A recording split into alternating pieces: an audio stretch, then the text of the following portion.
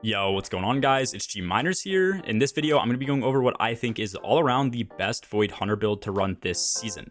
In this video, I do also have some mods on for the mid game of the build, but obviously with Tether being the best debuff we have access to, those mods can easily be switched around to fit in things like surges if you take this up against a boss as well. By far, the two best setups for Void Hunter have either been running gyrfalcons or just having good old super uptime for ad clear with Orpheus Rigs. And with Volatile Flow returning this season, you basically get the main benefit from gyrfalcons anyways, meaning with this setup on O-Rigs, we basically get two builds in one.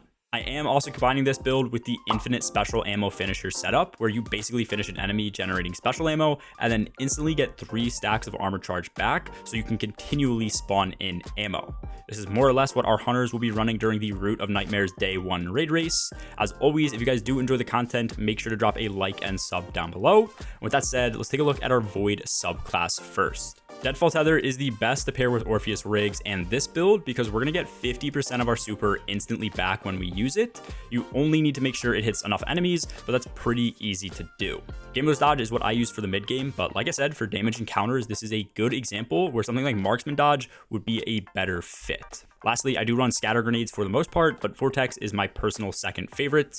Ultimately, run whatever grenade you want here. I have Stylus Executioner on in this build for the extra fragment slot. Other than that, nothing major really helps out here within the aspect. I guess the invis can be nice after getting a kill, but it isn't super needed with how strong Devour is this season. And then I also have on Vanishing Step to just go invis on demand with our dodge. The fragment setup is super simple and similar to the old build. Echo Cessation is new though. This makes volatile kills create void breaches, which are going to be clutch for getting our dodge back and also for proccing Devour.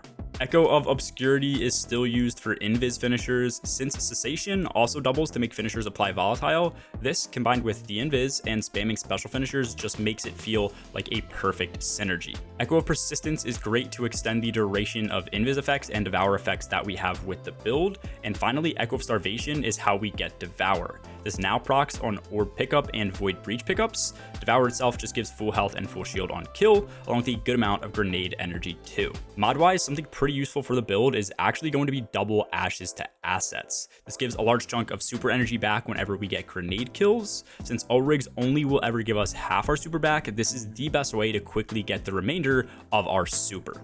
Void Siphon is also great for spawning in Orbs of Power this season too.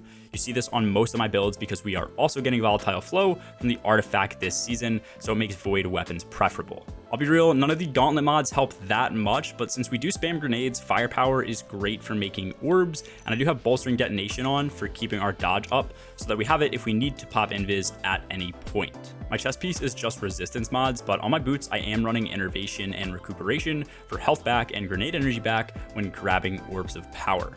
If you guys ended up seeing my last video, which you should 100% check out because it goes over a game-breaking infinite ammo method, you know that stacks on stacks with the double empowered finish on your class item and special finisher let you pull off back-to-back special finishes, making ammo for your team each time. You see me using this in a ton of gameplay. I think it needs to be patched, but for now, if it's broken, I'm going to abuse the hell out of it, which is exactly why I'm constantly running double specials. I'm always kind of torn on Orpheus Rigs and gyrfalcons, so being able to get the best out of both worlds with insane super regen and constant volatile rounds is great. I think Void Hunters are currently going to be one of the best endgame classes to play, so I'm excited to see how this build does in the new raid during contest mode. As far as weapons go, anything Void is solid. Commemoration and Corrective Measure are two of the best heavies to use for ad clear right now. Deafening Whisper and the brand new Waveframe Harsh Language are good, and in this video you see me running Hollow Denial for the most part because it's like a better funnel web. Definitely one of the best builds for hunters currently in the game. It's strong, it's versatile, and it's super easy to run.